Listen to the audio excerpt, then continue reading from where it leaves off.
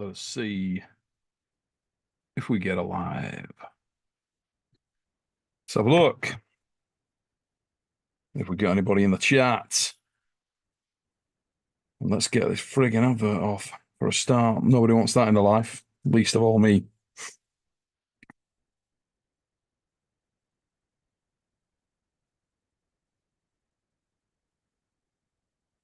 Let's have a look. Well, Clark's 93, Marco GT5, Atlantis, IRL, Goran, Armwrestling Death are all in the house, and so is the White Orc, who's just about to join us now. Yes, trying to take a little leaf out of the White Orc's book. Haven't quite got the physique for it myself. A little bit more like a seal. Thomas Quevedo is in here. Also, how's everybody going tonight, guys? Terrible weather here, and the internet's been a bit of a dick. So hopefully everything goes okay. Here he is. It's only the White Orc. What's up, buddy? In the house. How you doing, brother? I can't complain. Another day, another dollar. Lovely day. I've gone for a bit of a vest look myself, mate. Yeah, I love it. Yeah, is that whale in the vest. Is that the old school Arm Wars? This is the kiddie right here, mate. Yeah. I love it. The OD green. That's right up my alley. One of the original Arm Wars jerseys. Yeah, terrible weather here, mate. I don't know what the weather's like over there. It's been nice today. It's beautiful. It's like 65 degrees. It's the nicest day we've had in forever. That's what you want in your life. We ain't got that here, mate. I had a great day today, though. It's been stunning outside, and then tonight's just gone shit. But whenever I get bad weather here, I don't know why, but the internet just sucks. And it's been really pissing me off for like 15 minutes trying to get everything rigged and it's come up with another warning. Sod off. Internet signal weak. You talking about? What are you talking about? There you go. Got it sorted. Try and get my I don't even know what the widget is, but I've just opened the widget. Don't know what it is. It just flashes up and it says widget and it says open widget. So the widget is now open. I don't know how you guys do it. That's like we've been talking about podcasts with a couple other people and like, hey, why don't we jump on your channel and do a podcast? I'm like, buddy, I don't have any of that software. I don't know how it works. I've chosen to stay ignorant. Absolute quality. Yeah. I have no idea what that just did, but the widget is open. He's worried about that. In the chat, it's open. Pronator tendon. Not worried about it one bit. Got quite a few guys trickling in. Brad Butler's here. Guy Allen's here. Not my monkeys in the mother flipping house. Brad Butler. Dungeon Master Tim is in here. Oh, yes. Starting to come in now. Guys, how's everybody going? Hope you're well. Hey, Paul, let's start with a little bit of a super match action in Florida. Yeah, how about that? Dude, Brad. I just sent like literally this morning, I sent Brad like a OMG, like you're amazing. Like mate, I did not have him picked. I did not have him picked. Uh-oh. A couple of things, right? For everybody, period. He's also an unbelievable. I've just got to say, also, you say this about a lot of guys, but what a great guy that is. Yeah. What a fantastic bloke that is. But strong as Popeye's pig. The man is ridiculous. Well, super powerful. He's also a very good technical arm wrestler as well. Like seeing him interact at some of the bigger practices we've had at Morocco's and stuff with somebody like, Pablo being there, some of our higher end guys, Hutchings. He is very, very good at getting what he needs. He's a very intelligent arm wrestler too, on top of being strong. A minor shut out on my internet there, sorry mate, but yeah, I just got you saying that he's been very impressive at the practices, and I would agree. And a lot of angles, a lot of ways to win for the lad. And very smart. He's very smart, and very good at keeping people out of where they want to be. Like defensive in the setup, like not a lot. And he did. I just rewatched the video against Pablo. He just kept Pablo away from anything. No access to power. Like how did you see that going before the? You froze up a little bit. You're still frozen. I don't know. That is screwed. Probably is. You froze up right when you said, "How did you see that going?" And then it paused. Hopefully, I had a good angle.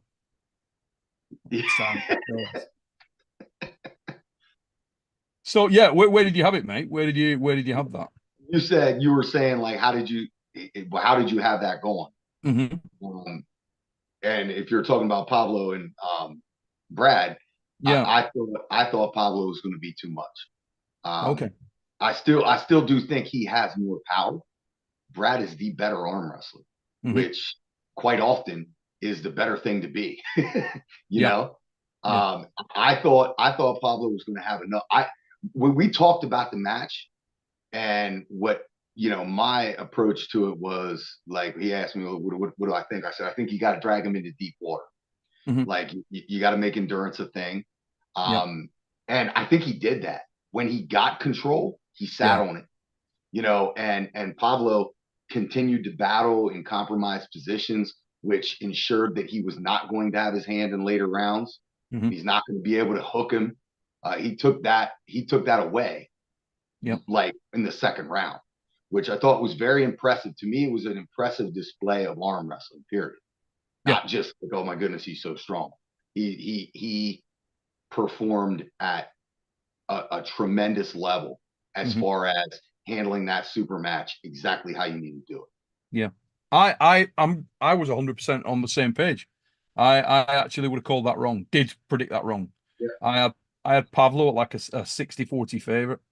And I rate Brad very, very highly. I've said a number of times, rate Brad very, very highly as a puller, very technically articulate lad, very, very, very good, and an athlete as well, mate. Oh yeah, More of an yeah, athlete than and people he's think. still Doesn't young. look it, but is. Yeah, he's still young too. Like he has the world at his fingertips, Mm, and the way he approaches the sport too, which I always, maybe because I did it myself, but I believe, you got to get out and go places and meet new people and pull with new yeah. people. And Brad is Mhm. doing that to like, it's not just me hopping in my car and driving 5-6 hours. This guy's getting on Yeah. flights, which I've done too. And I mean, to me, I think that's the way to progress. Grab everybody, and he's phenomenal at practice too. He pulls, takes a break, pulls. He'll go for 4 or 5 hours, Hmm. and he sustains that level.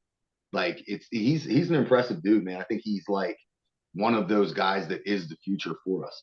And it's I was just interesting. gonna say, there's so much talk right now about guys that are coming into the sport and where they can go. I mean,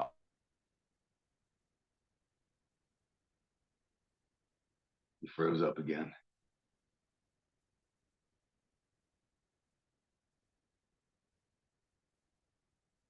Maybe it's my internet. Is it freezing up for everybody? I froze. Uh oh.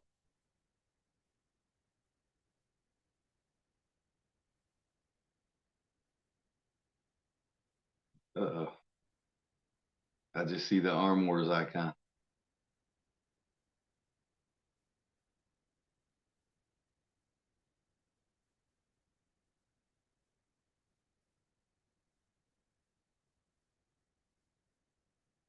You there, Neil?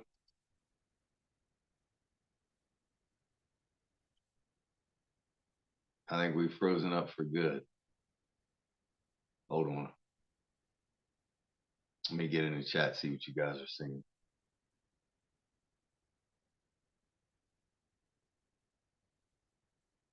Uh-oh. Looks like Neil dropped.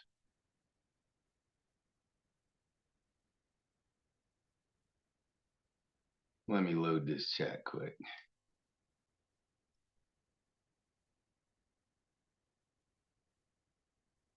All right, so I see some comments in here just got in the chat, guys.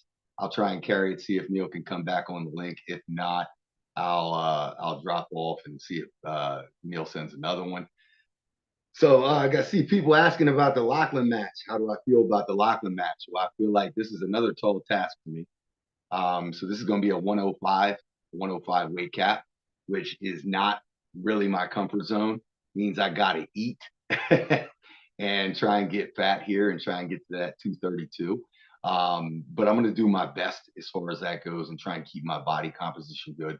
The times that I've made it up to like the 230s, I think I made it to 230 when I pulled John, which is now 3 years ago now, I guess. And I was definitely strong, but I felt slow and sluggish. So for me personally, what I notice is um, that endurance and like oxygen consumption is not as good. I don't feel good. My body feels good um, sitting at like 215, 220, or being at that 225, 220 and cutting down slowly. I feel better when I walk in at 95 or walk into that weigh in. So what's my weight right now? Uh, so right now I'm like 219, 218. That's kind of what I'm waking up at. So yeah, I got some weight to gain, and I don't want to do it like I don't want to like dirty bulk. I don't want to eat a bunch of carbs and get sloppy and stuff. So yeah, we'll see. I mean, Lachlan is a very tall task. I think he was super, super impressive. Um, his last outing against David Araboli. We saw David beat Chance. A lot of these things, I think, come down to styles. I do think Lachlan and I have the potential to put on a pretty good show based on styles. With him not being like that pure elite top roller, we'll probably wind up in some sort of side pressure match. My goal is to make it as good of a show as I possibly can, and hopefully win the thing. I'd love it if it actually came down to a similar match to like he had with Krasny. Both of those guys are guys that I like the idea of putting on a good show, with stylistically. So we'll see. So yeah, I don't know if Neil's going to jump back on this link or how that even works. So I'm going to check my messenger here as these things pop in if he comes on. If not, feel free to fire some questions off. If there's any specific topic you want to talk on, let's go ahead and do it. I know we got a whole lot of stuff coming up here. Um, would you ever top roll? Yes, I do top roll. I am just not a world elite top roller. I started out as a top roller. Um, I developed into a hooker probably 3-4 years into my career. And it's funny, based on your opponent, you have to train certain things and certain other areas start to lack.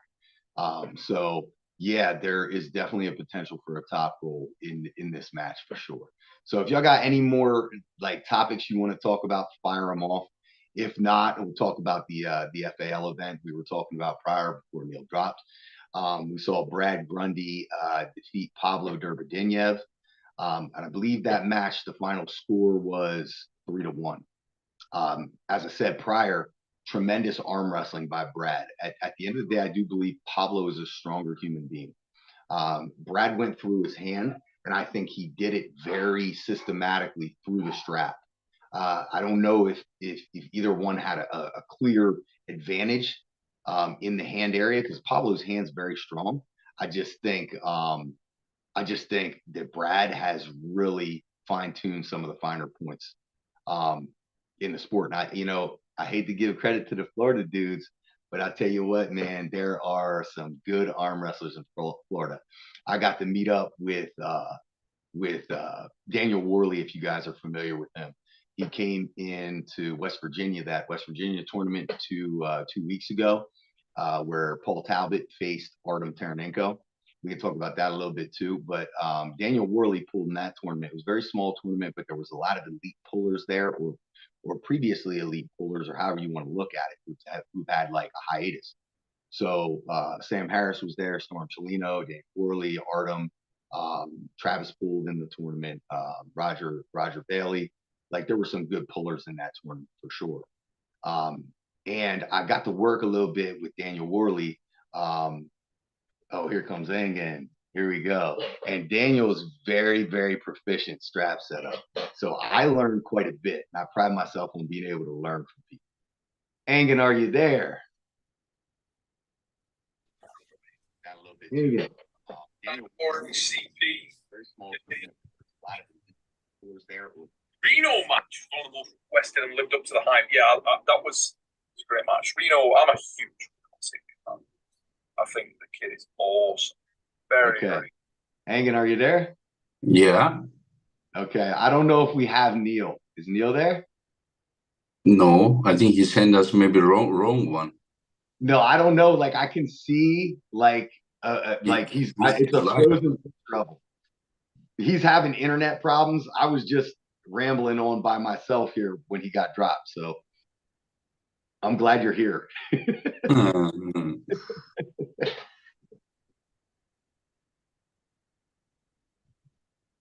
We were just talking about Brad Grundy versus Pablo before he got kicked off.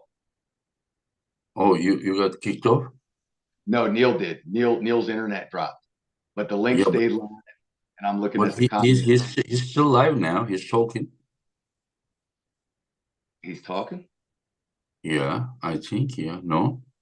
I don't hear him. Oh, probably it finished. It's the East versus West podcast now. 1 second. Is it? Oh, I'm looking at something else. Mm-hmm. Okay, I think last week's probably. I did the same thing. Yeah, there is nothing. He'll probably jump back in. So we are now. Are we live now? We are live. We've been live. I've just been rambling for like 15 minutes there. Oh, okay. So people are watching us. Okay. Yeah, we got 170 people, something like that. Oh, okay. I didn't check it. I was okay. That's interesting. Yeah. So we had just left off talking about okay. So guys, we eliminated Neil.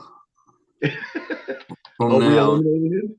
Yeah, we run the fix from now. Yes, it is the East versus West and the East versus West North America.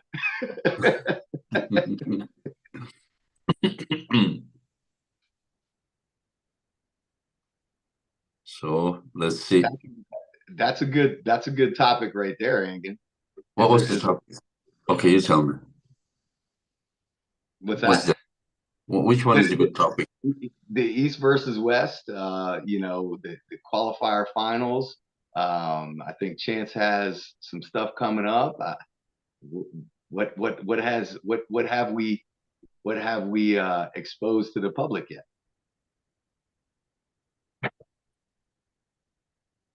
One second, it's 1 a.m. here. Can you repeat again? Sorry about it.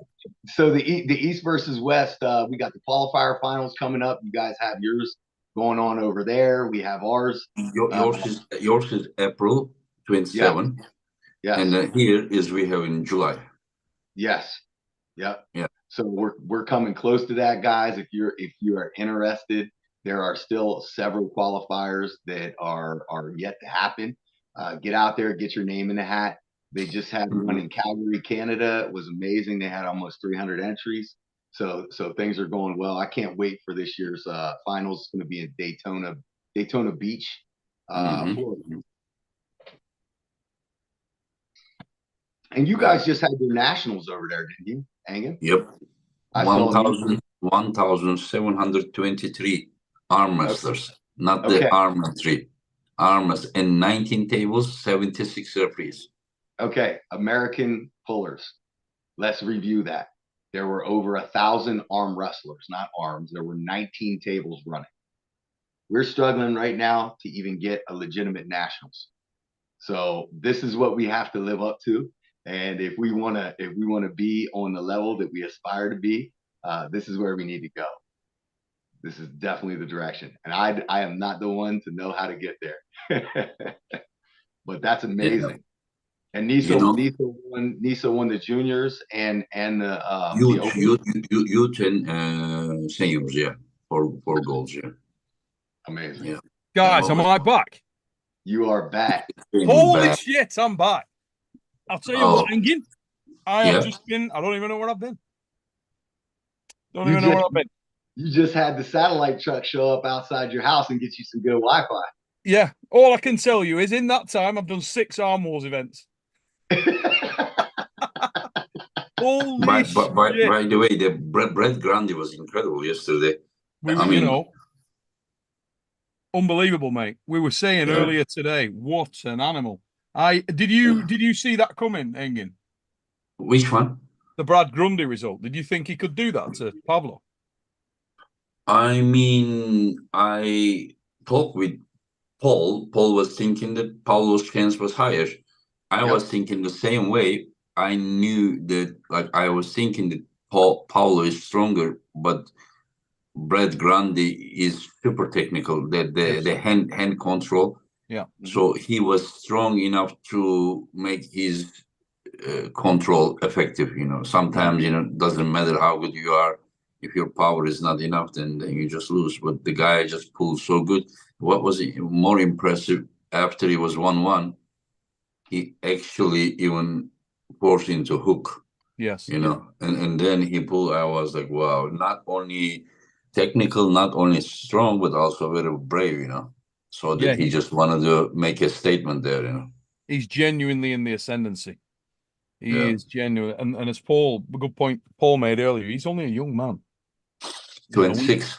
Today I talked with him on the phone. I asked him the same thing. He was 26.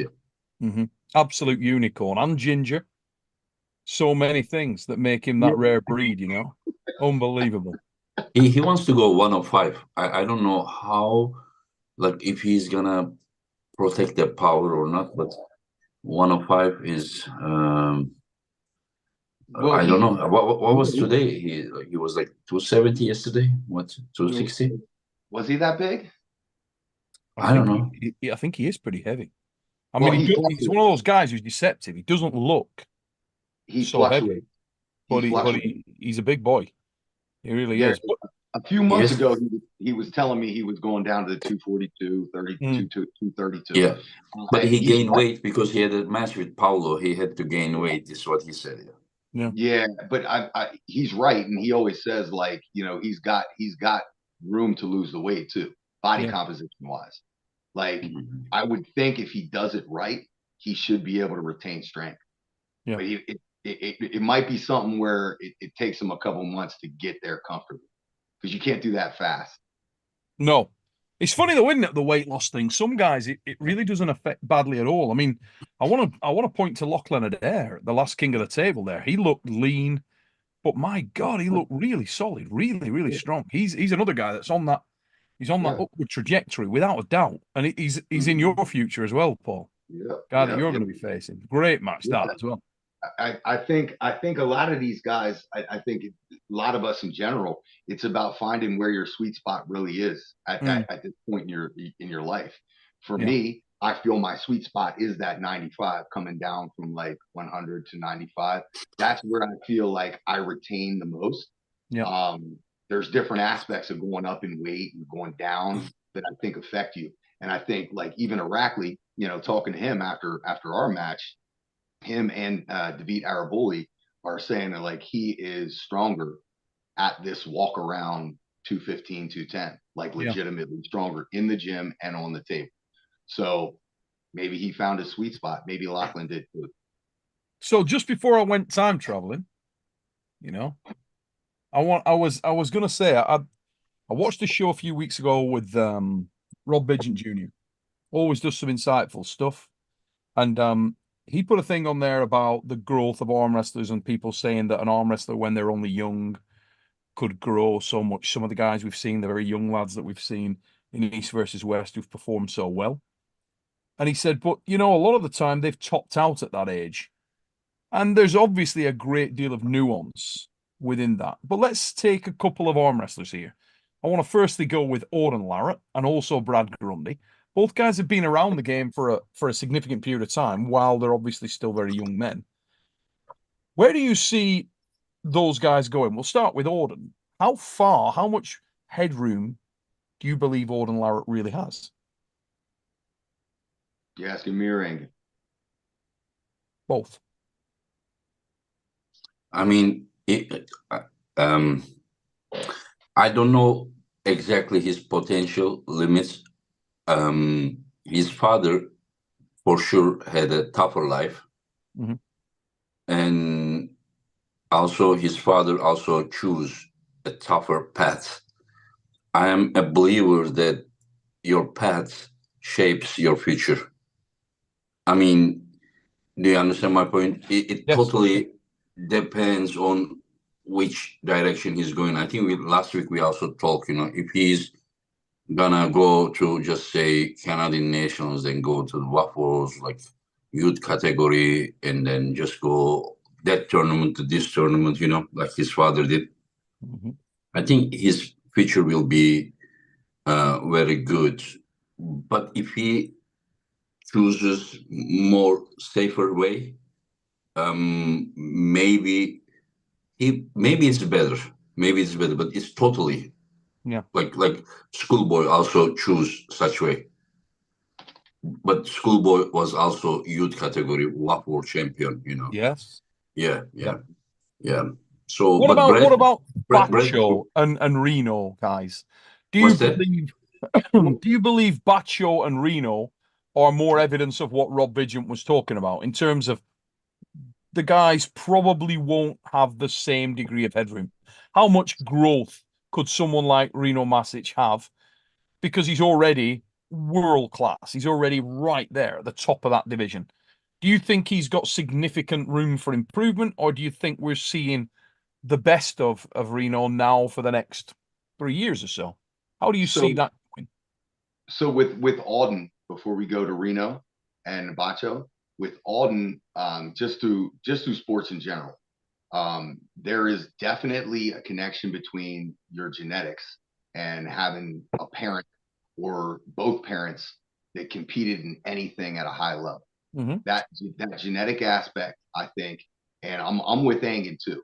Like, how hard do you have it? What's the journey? That I think is a huge important part for the developmental aspect, where Alden is kind of jumping right in at the king of the table arm wars level, which could be weird. But I think genetic potential wise, not to mention living in a household with a parent who is doing this at the highest level, is Yep. giving him a whole lot of opportunities. Now, Yep. will he have that venom, from having the struggle? I don't know. I think that could have an effect on it. But I think of those three people we're talking about, he is obviously in the best potential for growth because he's still not at that level yet of a Reno or Bacho. And I think those two are very interesting because to me, the biggest factor in like how far they develop is how hungry they are. Yep. And like you just said, if both of these guys are like at a world champion level already, it gets harder to motivate yourself when you feel like you're already there. Like, Mm-hmm. what is the mountain? If you Yep. don't have a mountain, there is no climb. They So both I have think mountains. Trust me. In for professional arm sure, wrestling, both Reno and Bacho have mountains. There are Matushenko there. There's right. Devil I, Narab there. There is Dadikian there. There are tons of guys there are. But if they get bigger, they can even have the biggest mountain. They can have a mountain which is super heavyweight and Levan. But that's kind of what I'm saying. Like for those guys, is their mountain being the greatest, being the strongest, like open weight class, no weight limit. Mm-hmm. Like if they apply that, I think both of them can go as far as they want to go at this age. Do you think Brad can get to that level where Reno and Bacho are right now? Because Brad, we've said he's in that ascendancy. Or do you think Brad has to change things very significantly in order to make that kind of stride? Because there are he, levels, you he is know? already there. He is already there. He You he think he's beat right Paulo, there? and he beat one of the biggest and strongest version of Paulo. He beat probably 270 Paulo. Mm-hmm. Oh So yeah, what I I'm just imagine saying, so. Yeah, yeah. yeah. I mean, Brett Grundy Pablo looked good. right now is, I think, incredible. I think Brett.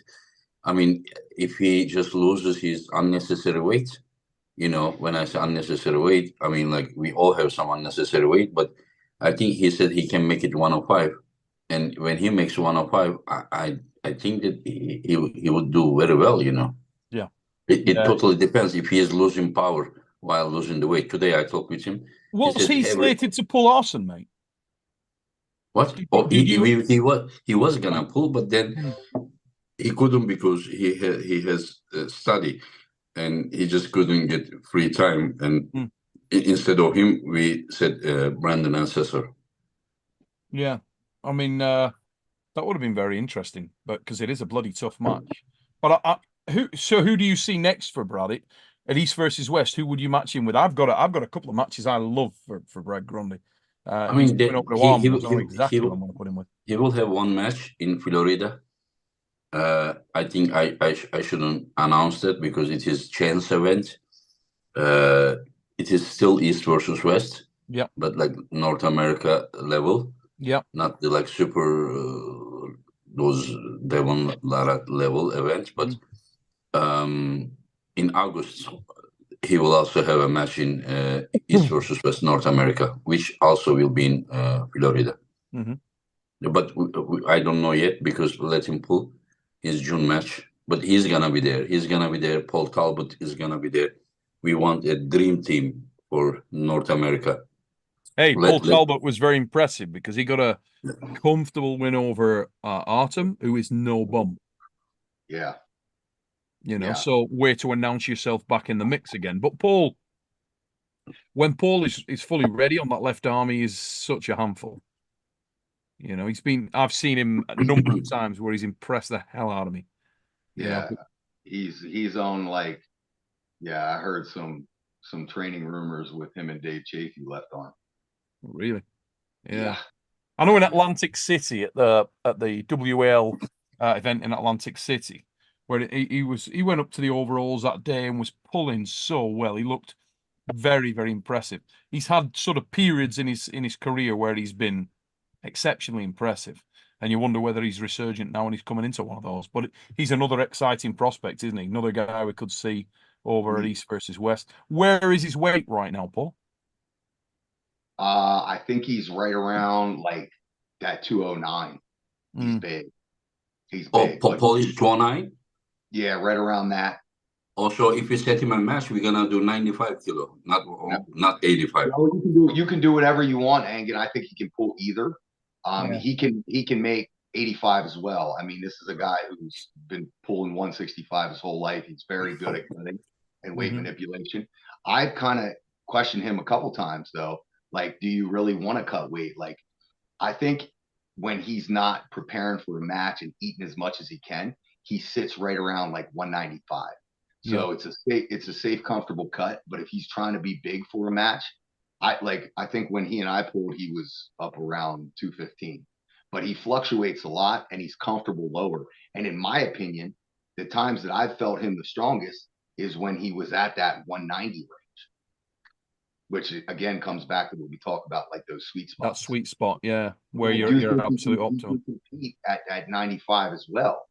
But you know, and he and I actually had the conversation hanging after you told him he was going to be on the August card, and he debating back and forth, like, do I want to drop weight? Do I want to keep eating like a pig? You know, and my suggestion to him was, well, where do you feel like you can be the most effective? You know, you might have to toy with that a little bit. Yeah. 85 kilo you have Oleg Zok. 95 kilo you have Artem Tainov. Yeah. So I mean, there is like, listen, if you want to become the best at this point in the world, East versus West, there is nowhere to, like, there's no safe spots, you know. No, there's no easy routes. No. Yeah. You just need to focus on being the best, becoming the best. There is nothing like, you know, I go there, it's safe. You go there, there's Samusha. You go there and you have Mindaugas. You go there, Oleg Zok, you have Sasho, you have this, you have Dadikyan, you have Alijan, and then you get Matushenko and the Devon Larat, and then you have Saginashvili and Morozov. Like, just like no weak spot, you know. There is no. Yeah. So we got. Sorry, go, Paul. About yourself and how you feel. Where are you most healthy? Where's your preparation? Where do you, like, that figuring out how to peak correctly is the trickiest part. Yeah, it's like navigating the weight classes right now. But what it does do is it makes things very exciting because you can think about that crossover potential, which we do a lot on here. You know, you talk about, oh, what if this guy goes up? What if this guy goes down? You end up sort of playing games with that a little bit. When in reality, there's so many excellent pullers that haven't been there yet, and we haven't seen. I mean, the other week we were talking about Jerome Loud and the fact that Jerome just had an outstanding outing. And when Jerome's on, that's not the first time he's done that. You know, Jerome now and again will just remind you that he's there. Yeah. He's another guy with massive potential. I mean, he's friggin' powerful. You know, there's so many guys out there that are on the climb, on the rise. And you do wonder, where is the ceiling? In sort of 10 years, are we going to be looking at an entirely new level, a new breed of arm wrestler? I wonder. With the transfer of information now, the new guys coming up through the game, so many guys that we've seen coming into East versus West recently, who maybe weren't on people's radar as being as significant a puller as they are, but they're starting to gain that reputation. It's going to be harder to get a run at the top, you know. Going to be really, really difficult to stay at the top. The days of being the dominant figure, yeah, very, very tough. Because just when you're settling into your groove and thinking, oh yeah, I could dominate this class for a while. Nope, there's another one. Somebody comes out of left field and gives you real problems. Tell you what, as well, I don't know about you guys, but I've had so many messages this week about the match between Hermes and Dennis. There's a lot of buzz about that match. A lot of people asking your opinion on who do you think wins that? Who do you think wins that? Really interesting matchup. When you know, that's in the shadow of Devon and Levan. But the East versus West card is absolutely immoral. And the King of the Table card's rock strong as well. So what a friggin' exciting period we are entering into as we go towards summer. Who can make the gains? How far can Devon progress? How far can his strength come on? Does strength matter? Massive amount of questions going to get answered on April 20th. Can Alijan beat Hermes on the left arm? There's another one. People are excited about that match. And I know a lot of people have Alijan as the favorite. I don't know about you two. A lot of people do. I love that match. I love it because it's the weight crossover. Everything Alex has done in WAF, pulling up in weight classes, which is incredibly impressive. You know, I love those little crossovers like that. It makes it so much more interesting. And the thing is, it's not the first time he's done that. You know, Alijan's the guy that sort of made a career out of being the giant killer, going up to the super heavyweight class and smacking people about. You know, he's a very, very, very dangerous lad. And what a headliner that is if he can do something with Hermes. And a number of people think he's going to be way too much for Hermes, which would be very, very impressive. You know, I mean, if they were just going power to power, press to press, you know, then yeah, I would understand it. But if there is any spot on the hand, Hermes is gonna find it if there is. So we are not talking about Hermes to overpower Alijan or something. We are just thinking if there is a small hole, or not. You know, if there is, Hermes is smart enough to find that. You know, so we will find out that day. You know. Well, and about Brett Grundy, I'm very happy because he's only 26 and his hand control, his table IQ really high. And I think that is very good news for the American arm wrestling. Yeah. That they've got, and as the sport becomes more and more popular for a longer period of time, you can't help but think there others will come because they're out there. They just haven't hit the sport yet, you know. One match that I know is coming. You maybe already planned it now, Engin, but one match that I know is coming down the tracks, and I really, really am interested in, is a left-hander between Tobias and Alijan. I really like that match. I think Alijan would hook him. I like that match. I would like. I think Tobias needs to Tobias looked very dominant against Wagner. He just went straight to the arm, sideways, and that was a surprise for me. And I don't know if he goes that way. I kind of think that Alijan would catch him, But if he goes like this, if he can go the same way that we are thinking, maybe Hermes can go. That way is more power to power. This guy may even beat Morozov. We don't know that if you just go to his arm and he may just catch you, and then, like the guy is incredible. I'm not saying that he would beat Morozov, but I will tell you something. You know who Dizerano is. You remember how Dizerano looks, last time, currently. Dizerano, I saw a photo or video. They were like together with Alijan. And then next day or something, I was chatting with Matushenko, and Matushenko said that Dizerano told Matushenko that Alijan was too much for him, for Dizerano. And then Ivan was like, Engin, I know I need to pull Alijan for 115 kilo title, but looks like I need a little bit time, But the match has to happen because we cannot forever wait for that. So now first Morozov and Matushenko pulls. And listen, Morozov Matushenko is not an easy match, trust me. Because I don't think Morozov will be able to topple Matushenko. Matushenko put him into hook, and then there we will understand where it goes, I do think that's another one of those matches that if Matyushenko was to win that match, it puts the cat among the pigeons again. I think it's one of those matches where immediately people are like, oh, wait a minute, and your head flip-flops.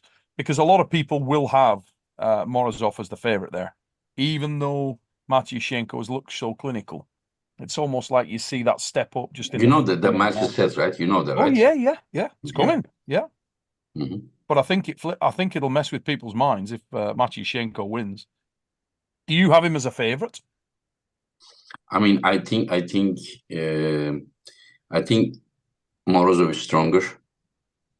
Ivan is faster, and I think that most likely Morozov will have better endurance, and it's his title match, so he needs to win 4 times. Both sides needs to win 4 times. So I think that 55 Morozov, 45 Matushenko. Yeah.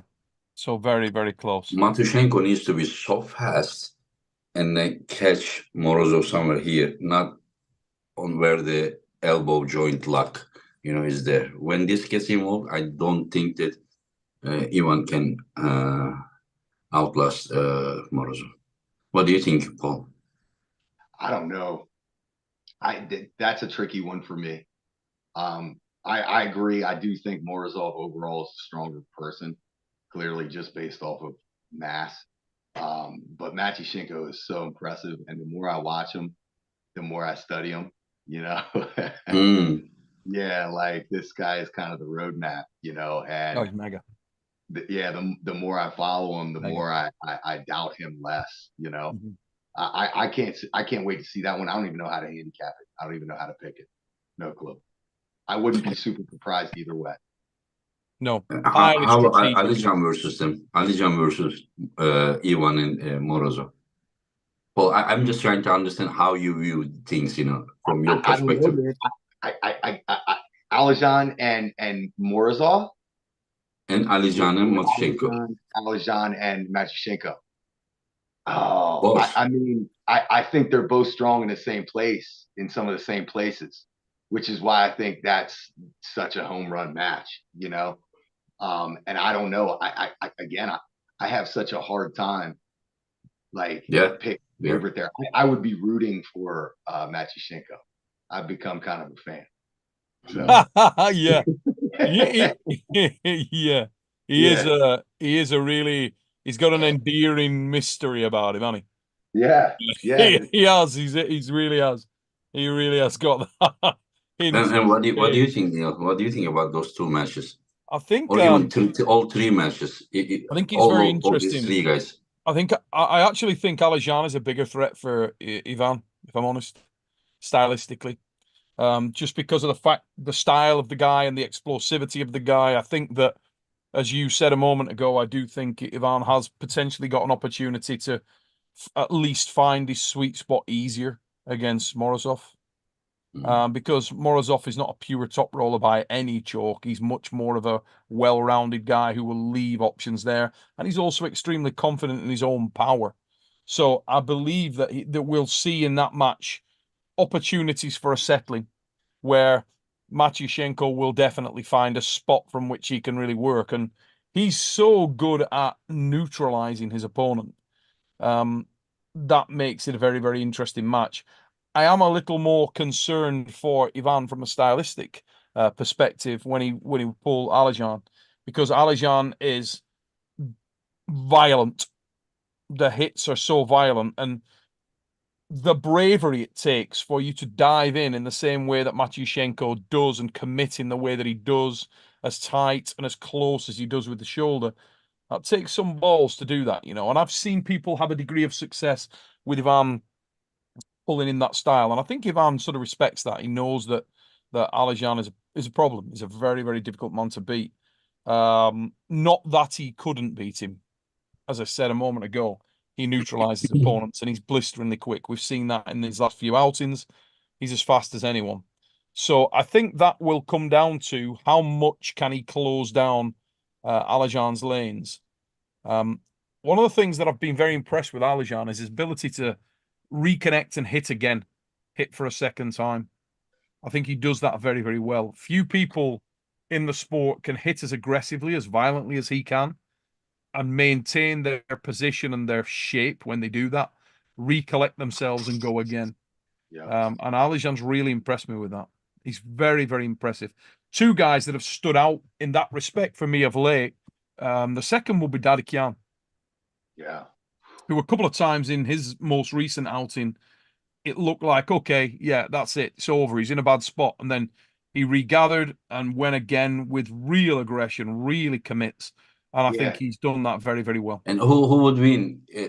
Reddy, Prudnik, or Dadikian right arm?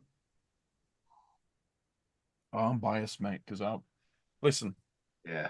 Dadikian's been unbelievable. But I am biased, and I just think that the best of Prudnik is a very, very hard one to beat. I really do. I don't know why. When Arsen comes back, just say in his best shape somehow, what a year later, and then do you think? And then Prudnik versus him is. It's hard for me to. This is going to sound really harsh, okay? But it's hard for me to see Arsen coming back to his best. I believe he will be even stronger. Not now. Just say 1.5 years later. I think he will be even stronger. Maybe. Yeah. We'll see. I don't know. Engin, do you think he's totally pot committed to sticking around for like several more years? Yeah. He wants to beat everyone. Okay. Yeah. Today Hermes said that. What did Hermes say? He's like I said.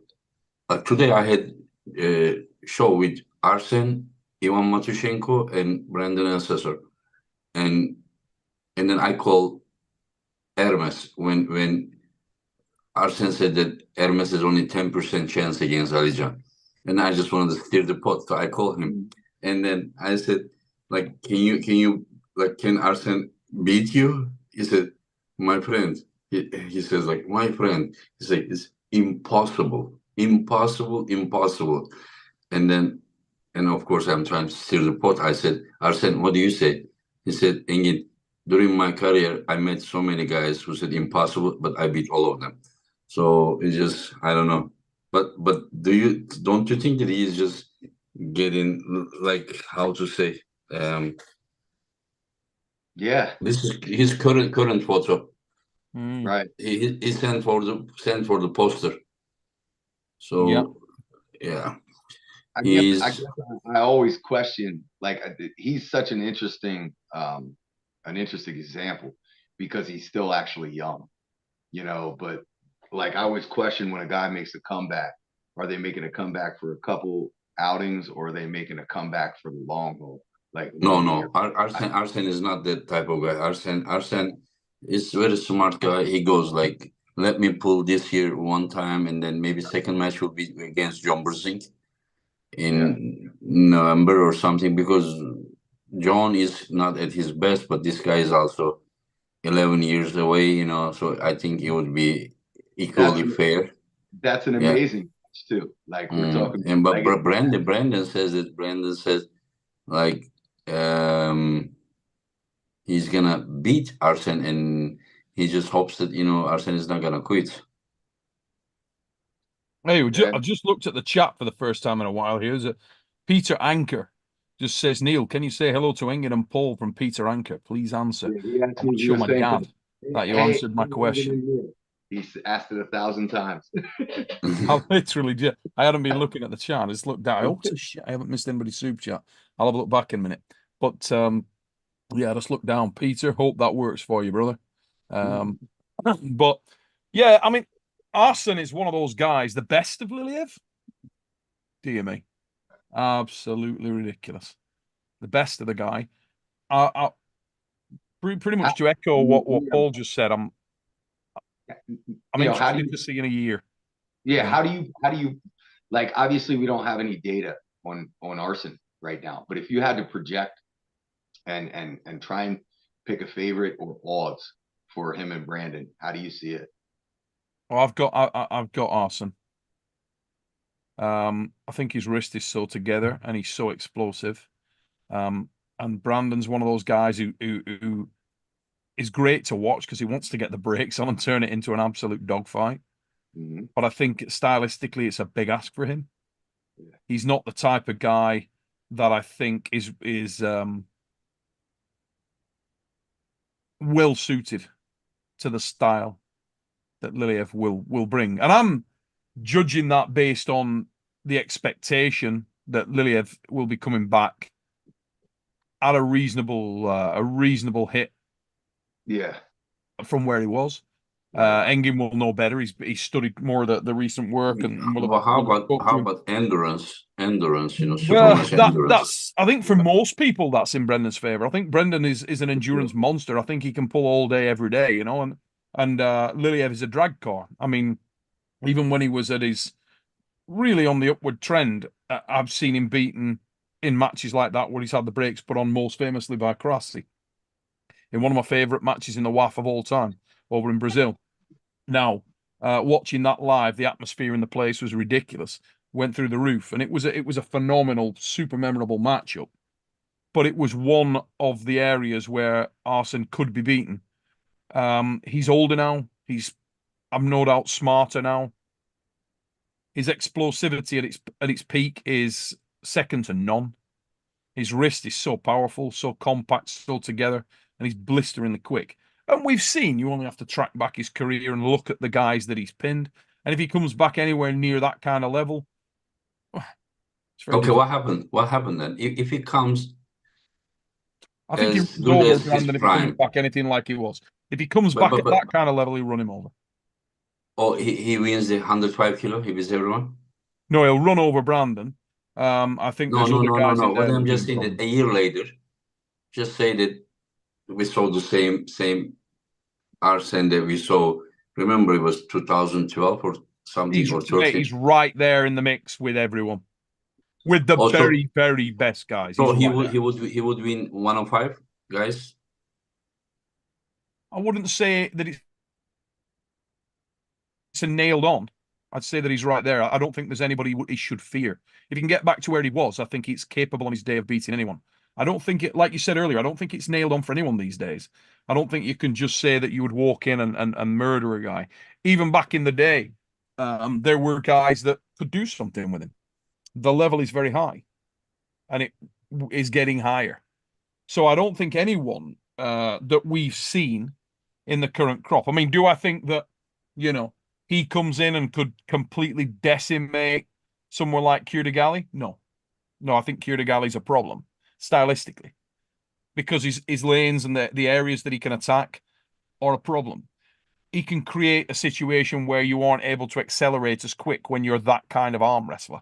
So I don't think it's a given for him or for anyone else. But what he certainly would be is as a name for anybody to be very concerned about. He'd be a very if we see the very best of Liliev, he will go right back in the mix with the best guys in the world quickly.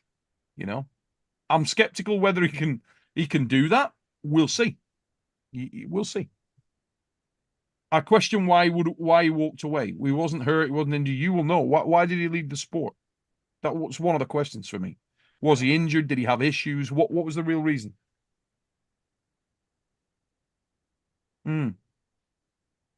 That's one. I mean, I care more about he's coming back. But was he healthy? Was there some kind of a serious issue? I don't know. I'm only glad that someone like him, is just being an addition to today's, Oh God, yeah. Yeah, because today the level is already really high. I mean, just look at like, for example, East versus West, super heavyweight top 10 rankings that the athletes that compete at East versus West now. Levan, Devon, you have Hermes, you have Jerry, you have Gennady, you have Morozov, you have Desaranov, you have Dave Chappie, you have Vitaly Laletin. I mean, Georgi Svetko, Kurdecha, just look at the level that, at the East versus West and King of the Table, these athletes. Like, who is left? It's ridiculous. I mean, who's left outside? Just say that this guy. Well, in terms of guys that are right there at the very best, at the highest level. Yeah. I mean, like I don't think there's anyone left outside that could be top 10. No. Well, one guy that's very interesting, and he's been there before, but particularly on the left arm, is actually Kamil Jablonski. Yeah. I think he's dangerous also. I think he's on the rise in a big way. Maybe he's a guy. I don't think there's anyone else. No, not he's the guy. I mean, I can sit him with. No, I think he's in the top 10. Mazenko, from what I saw. I mean, yeah, I mean, I don't think there would be any difference if they would pull it left or right arm, with Mazenko. Yeah, I don't know. I don't know. I have no doubt. Even Alijan, I don't think that the match would be like more than 2 seconds. No, that's one of the things with Alijan and Ivan. First in will win ordinarily. That's why I was saying earlier. I think I'm very interested to see what can happen if Ivan gets his spot. Can Alijan find a way to rev up and get that secondary hit in against someone like Ivan, who is so good? Yeah, but don't you see Prudnik stop him here, and then he came back. He hit one more time, and second was even more effective than the first one. The first one, he couldn't finish, and then he came back, waited. The second, it just boom. I saw it. That's what I was talking about a moment ago. Yeah. It's very, very impressive. But Prudnik is different from Ivan. He's not going to neutralize you the same way that Ivan is. Ivan is more of he's an assassin. It's not just power. He's doing so many things there, so brutally effective. He isolates your pronator. Yes. He isolates your pronator, and then you are like, it turns you here. Yeah.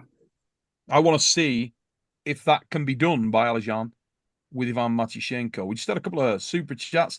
DB Talks, thanks for your super chat, brothers. But Jerry versus Kamil, who wins if they both flop on the go? Right-handed, I've got Jerry. Camille's left is very, very impressive. Big Grove Goats with the super chat. Thanks, brother. He's put, Paul, did everyone lay down to Alex? Uh-oh.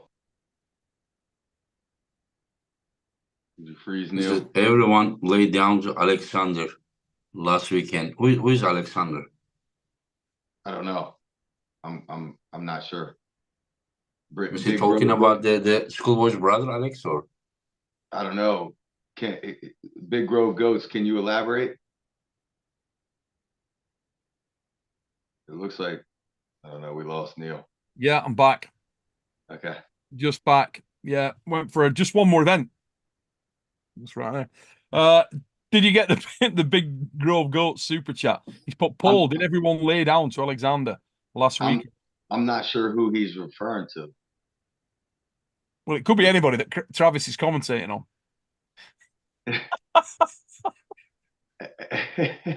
any Eastern European puller that you'll have to clarify that for us a little bit. Big Grove Goats just put something else in the chat. I'll try and keep an eye out for it, brother. And we'll go from there. But we got about 5-10 minutes left, guys. We're going to be on here and then we're going to jump off. They're talking about they're talking about the West Virginia tournament with Travis. Sorry, I thought that it could be. Alexander. No, nobody laid. No one laid down to Travis, but Paul Talbott did not compete in the tournament after the super match. Had Paul Talbott competed, left arm and maybe right arm, I don't know. So maybe Paul Talbot laid down by not entering and going home. So we've only got a few minutes left, and I wanted to ask Georgi Svetko or Kurdecha, who's winning in your opinion? We've talked about this before. Mega match. Hey, are we on Tuesday? Yeah, we're going on Tuesday. Yeah. Okay, because we got a lot of this stuff to talk about. We've been trying to get a date together for ages. So, do you agree that when Bacho was playing Reno is stylistic the worst possible like style for Bacho, because I think Bacho's wrist, forearm is so dominant, but Reno was going directly to his bicep. I thought Reno was outstanding at the king of the table. I thought he was mega. I think Bacho would beat like half of the. I mean, I don't want to say it, but just a lot of top elite players Bacho would beat if the style was different. If somebody was going sideways or attacking his hand, the way where Reno just went is just probably the like it's not weak. Still, Bacho pulled very good. He was even in winning position. But just remember, a few years Georgians couldn't compete WAF events. Yeah. And they had to stay. This guy had to stay. Last time I saw him was 2019 WAF. He was 15 years old. And then finally 2023, 4 years, these guys couldn't pull. And so you cannot gain international experience by sitting at home training with your training partners, while at that time, Reno was pulling all over. Yeah. So mate, Reno is a fabulous talent. Reno is one of my favorite arm wrestlers in the world for so many reasons. He's brave. Mm-hmm. He's got it all. Did you? I mean, you go through all the attributes that you need to be a magnificent arm wrestler. That kid has got them. He's got it in bucket loads. He's got it in spade loads. I've frozen up. Yeah. There are guys that are saying that we do the Australian events, and qualification for the East versus West. They are saying, what if Bowen win? And then what would happen? And then Drew 24 says Bowen could win all the qualifiers easily and still not be allowed. That's not true. Anyone who wins the qualification can come and pull in Istanbul finals. We are not gonna stop anyone. Mm-hmm. Pretty categoric, right there. I mean, you cannot just tell him you won, but I don't like you, so you cannot pull here. So of course, I mean, he can come and pull, but so that's not true. So there is nothing that can stop. I mean, and if he wins Istanbul finals, you will have to invite him for supermatch too. But it won't be that easy. But who knows? Yeah, he's in the ascendancy for full show. And the big brother of Oz is in the sights of Paul Linn. That's a match I'm really looking forward to, mate. That is a match. How do you sort of mentally figure that one at the moment, buddy? Do you feel like are you going back into the famous Paul Linn underdog mode, or do you feel like you come into this one as a slight favorite with Lachlan? No, I think it really, especially, I mean, like this match was supposed to happen many years ago. Yeah. And some circumstances happened. The match wound up falling through. This is one that, I mean, both of us kind of started around the same time. Mm-hmm. It was already previously hyped up. Yep. I think Lachlan has gotten a whole lot better. And especially based off his last outing against Arabuli, I thought he was incredibly impressive. And his ability to drop that weight and look like he might have gotten stronger is a scary thing. So for me, I think this is another one where, I if I'm being honest, I'm coming up in weight classes. You know, there's a lot of things that could make me the underdog. For me, this is kind of a me versus me thing. Like, how do I handle my nutrition? How do I gain as much lean mass as I can without keeping me, you know, or without pushing me beyond like that weight class that I want to be, or getting my body outside of that homeostatic place. So I think it's really interesting. I do like this. I do like the style aspect of it. I think it has a chance to become a grinder or something really interesting. So I'm really looking forward to it. And Lachlan's such a great dude too. You know, he and I have conversed over the years, and I like the guy. Yeah. Makes it tough to villainize him. I can't villainize him in my head, really. Yeah. So Hell of a match, mate. That's another positive in his column. But yeah, I can't wait to go to Dubai. And hopefully we'll put on a really good show, and I'll see, you know, how this is trying to push towards that 230 range and do it lean. I don't think I'll get to 230. I'll probably settle in the mid 220s, but I want to do it lean and healthy. So we just had a super chat from Big Grove Goats. He's put, Engin, that is big of you. That should quiet them all down regarding Bowen. Been a while since I've been on here. Missed you guys. Likewise, Big Grove Goats, thanks for the super chat. Thanks for tuning in, mate. And everybody else in the chat tonight, I hope you've enjoyed the show.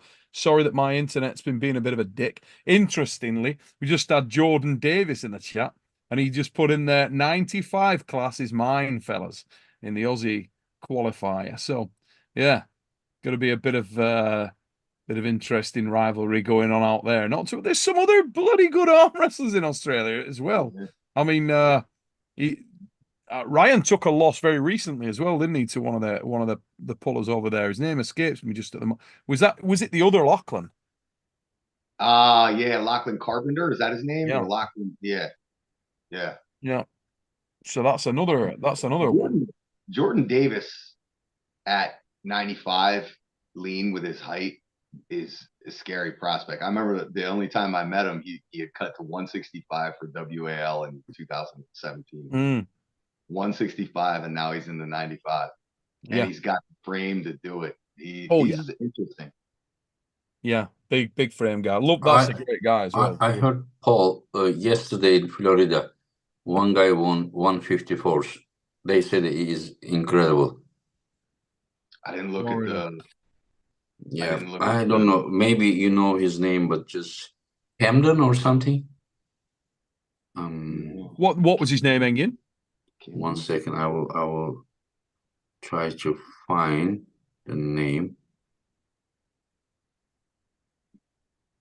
I wonder, is it a Florida guy? I wonder, or somebody who traveled in.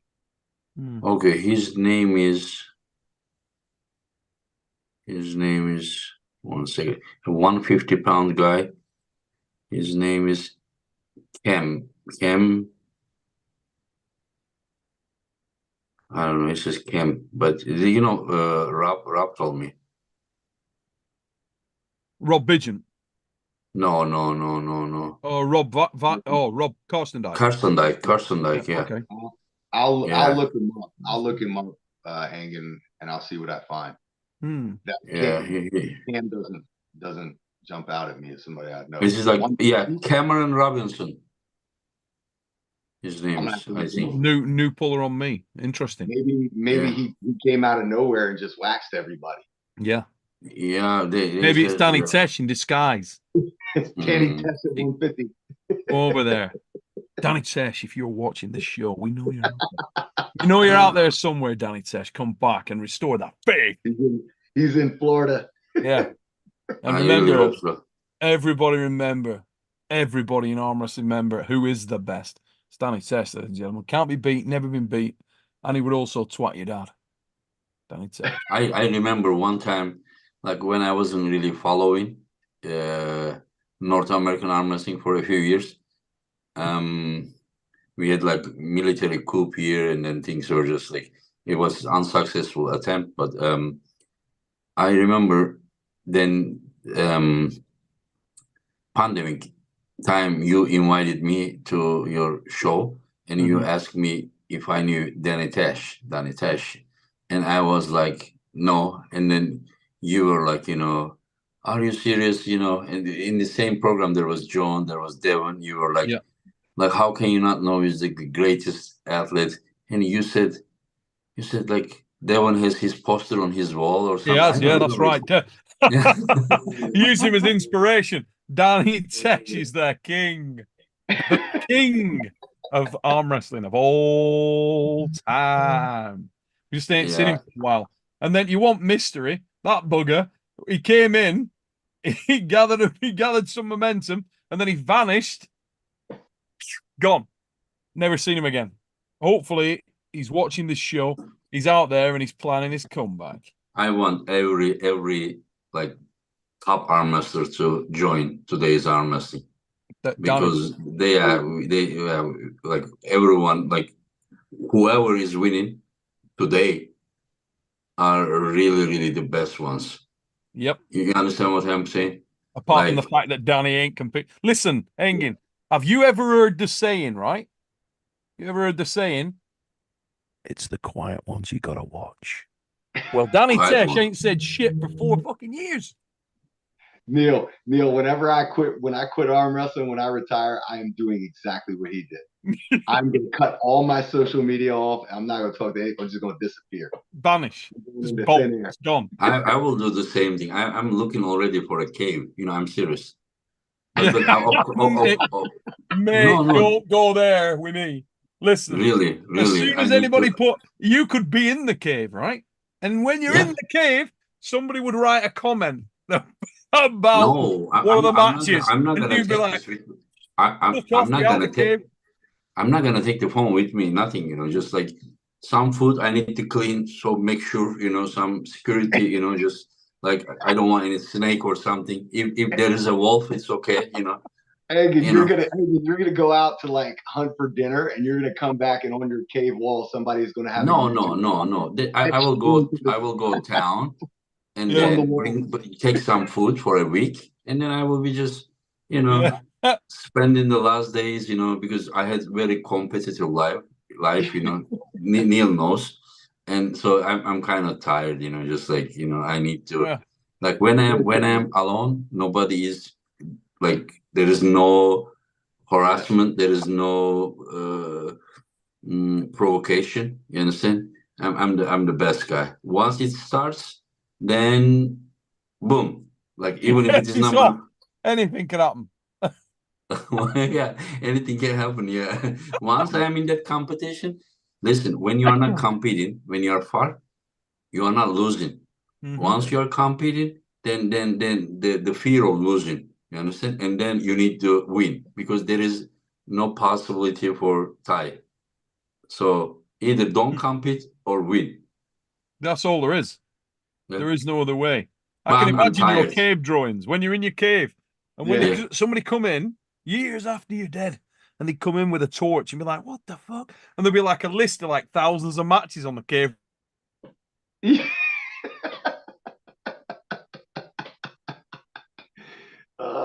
He's frozen. What did he say? He froze in the middle of his joke. Yeah. I mean, did that nail me then before I finished? Yeah. Oh, you were frozen like this. Yeah, like thousands of bets, and you stay like this. Yeah, I was just gonna say there'll be thousands of little etchings in the wall, and somebody look, just see what we've got here, and they'll get a torch, bring it up, and it'll be about 3,000 fucking matches that you'd etched into the cave wall that you could have done if you hadn't been. Oh, you mean I will be setting matches? Yeah, you'll be setting matches in the dark, etching them in with a stone. Yeah. For the East versus West? Yeah. Danny Tesh's next 20 matches. There it is. What are you going to do if he comes back? What would you do if he comes back? Danny Tesh is like, Engin, come back. No, I would invite him. But listen, right now on my wall, there is already matches, next 3 events already making it at the same time. I know. No, seriously. Mate, I do not doubt that one bit. I want to see Engin's whiteboard. Where's the whiteboard where he has all this written down? I picture it like one of those crime scenes where they got the lines drawn everywhere. if this match happens, then this one happens. If this person wins, and there's strings everywhere and pictures. Yeah, I just stand in front of it, and then think like this. Yeah, mate. yeah, It's all about right there. So yeah. listen, But we love job, it, right? someone's gonna do it. Neil, we love it. Just You're bloody right, we do. It's got to be done, mate. It's got to be done. And listen, have you got any shout outs or plugs, guys, before we head off? Any plugs that you got to make? Because I've got a plug. Subscribe to Paul Linn. Get over. Sign up to the White Orc, ladies and gents. You too can have traps like that. If you look at them, hey? Tell you what, mate. The White Orc. Get on it. Neil, who's winning, Paul or Lachlan? Mate, that's a great frigging match. That is a genuinely really interesting matchup. Two guys that are both. What's most exciting about that is that both of them are so diligent at the moment. And I think it's fair to say that if you were picking out guys that were clearly evolving, Paul and Lachlan are two of those guys. I mean, I don't want to embarrass Paul because he's here, but obviously he's one of those lads. The same can be said with, if you look at Lachlan's progression, I think particularly in the last 8 months to a year, he's really made a big difference, big change in his arm wrestling. When he started getting into the more high-profile super matches, I think he's developed. I thought he looked great against David Aribolo. Yeah, I was thinking I saw him some smaller than before. Like he lost around like 8, 9, maybe 10 kilos. And whenever I saw him smaller, I thought maybe he lost like serious power, but it seemed like he didn't. Maybe a little bit, but he was not weak at all. No. I loved the match with him and Krasi. As Paul knows, I'd spoken about Krasi as an opponent for Paul before because I like that match as well. So I think there's a lot of good matches available out there, and that's one of them. That's one of those that's probably been on your whiteboard for a while, Engin. Do you think that Mindaugas can beat Arthur? Yes. Yeah, I do. I think how? Like what chance? I think Arthur probably starts as a favorite at about 60-40, 55-45. But I still think that Mindaugas is tricky enough and can create enough problems for anyone on his day to take the win. And listen, not against anyone except me. Okay. Yeah. I warmed Mindy up for his match against Prokopchuk, and he likes to warm up in rounds, and I like to too. So we kind of did like a mutual warm up, and I will tell you, on that day, that man's defensive top roll and static pronation was crazy. Mega. Like he said, give me a little bit more each round. And like when he wanted like that higher amount, it's to the point where I couldn't get really any wrist flexion. It had to be flat wrist, like I was just like, after warming him up, I'm like, he's impressive, isn't he? Yeah, he's impressive. He is impressive. Can I ask you guys something? Like, just think about it. If it was tournament, I mean, Daniel beat him twice. Yeah. And if it was a tournament, Daniel would put him to the B side. Yep. And then Mindaugas had to pull so many matches. And then probably second match, if Daniel didn't have another top match, would be even easier. But whenever it is super match, you see how things can change. So that is why I don't think that tournament results should have any kind of effect on the super match rankings. No, mate. Listen. No. How long have we said that? Paul knows from the old days of the fix. Different sport, Engin. It's a different sport. Tournament arm wrestling, super match arm wrestling, different sport. Yeah. Yeah. So what I'm just saying, if people go like, oh, this guy lost there. I mean, that guy lost there, but you just like look at just Mindaugas versus Daniel Prokopchuk match. It was first 2 rounds was so easy. I was like, wow, it's gonna take like 5 minutes, That's one of those matches that can go again, though. Who the friggin' hell doesn't want to see that again? No, yeah. But what I just like to say that, but if it was tournament or something, So what I'm just saying, I don't want people to say, oh, look at what happened in the tournament, while you know, this I don't really care about the tournament results. Like I was trying to care, but I realized that it's just like totally different, you know. Yeah, I mean, Yeah. Data. There's too many variables. I mean, yeah, listen, I've been banging that drum for a lot of years, and I believe it wholeheartedly. Listen, Engin, we need to get your ass off here. You're falling asleep, mate, and we got Tuesday night to do. We're only yeah, warming up. yeah, Friggin' warm yeah, up. yeah, yeah. Yes. You and I, we are just gonna. I will just be like picking a brain, you know, like this, like Absolutely coming yeah, on Tuesday because night. you are probably the person that I can talk about arm wrestling at the deepest, you know, like you Yeah. understand? We've had Yeah, some fun over the years, mate. Sat in yeah, bloody yeah, hotel yeah. lobbies for 5 I'm hours just straight. thinking, who else? You know, there are people. Of course, there are many knowledgeable people, but like, I don't think that I can talk with anyone else as deep as I talk with you. You know, no disrespect to anyone else. You know, but yeah, whenever we talk, yeah, just but study, guys, because there are some It's new coming. ones. It's coming, mate. Yeah, Listen, anybody I don't know, I'll be keeping Paul on speed dial. I'll be like, Paul, who's this guy? Who is Cam? just Google it. Google it. I'm Just gonna look it Google up it. now. What's that? I'm gonna look Who's him up Cam? now. All you need to know, Engin, Danny Tesh. He's out there somewhere, twatting dads. That's what's happening Can I ask right you now. something? I know you are not gonna answer me seriously, but how good was he? I know you Oh, are not gonna answer me I'm not seriously. joking. I'm not No, joking. I I know he know. is strong. I know he is strong, but how strong? Whenever I say you are gonna say, "Oh, he's the goat," Listen, he's the really, he's really strong. He's one of those guys. It's hard to tell how strong he was because he never lost. he You'd what? always get to the same situation. It'd be in a long pull, and you think, "Oh, this guy's clearly going to beat him," but he don't beat him. He just stays there, and he's iron strong. And then and you've got to remember, he spent 9 hours twatting dads, so he's come into that tired.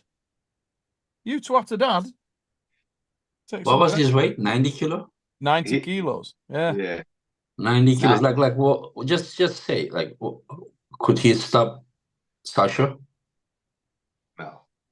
I mean, I think he probably beats Sasha. You know? I knew you were not gonna answer seriously. Not that No, much.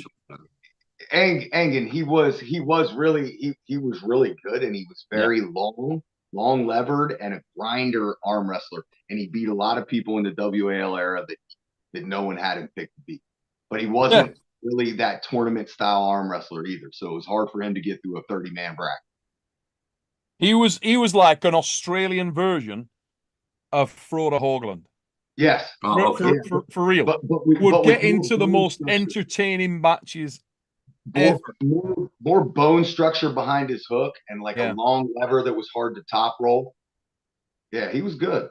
Massively naturally strong. Yes. Yeah. Clearly 100% natural. Clearly, omnipotent. So many things that other people just didn't have. And Yeah. That I've look, that spoken to face. many a reliable Australian, and I've said, like, can anybody beat this guy? And like, nope. At that time, that was true. Absolutely 100% assured me in purest Aussie, nobody beats this guy. Nobody's beating him. I'm like, I mentioned a few guys, and like, no. Neil sounds like, he also had some kind of experience with the guy. With him, mate. Neil, let me Listen, find out there's some I've after had a lot of you spiritual and him in like experiences. 2016. A lot of spiritual experience with the great Danny Tesh, mate. Not spiritual, but at the table. No, never pulled him. Never Me pulled neither. him. Never pulled him. I'm sure you were curious enough, but probably he embarrassed you, so you are shy to tell us. No, I wouldn't be shy. I'd be like, yeah. I saw him in 2017 at the WAL finals. I saw him, but I was so intimidated by Aura that I didn't even say hi. You saw it. I saw it. Oh my God, he saw him. He was there. He was in that shot in the presence of greatness. He was. He was actually there with him. Was he twatting a dad or actually arm wrestling? I think he left so quick after the tournament to do whatever he was doing, twatting or whatever. Yeah. Didn't see him. Listen, I once went to Australia, right? I'm walking down a street in Australia. And all of a sudden, I just start seeing dads. Just trail of dads, all beat to fuck. And I thought, oh my God, he's close. He's been here. But I never actually saw him. I could feel his aura. He was close by. I was near the nucleus.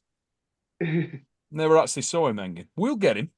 I'm so tired that I'm barely opening my eyes. I don't understand anything you guys are talking. Listen, we're gonna wrap it up there. Get over, subscribe to East versus West.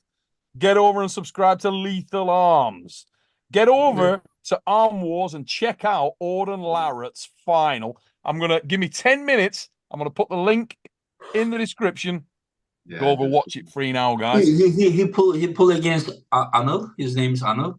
He pulled to get Anil or Anil to his mates. I pulled that guy at Zloty.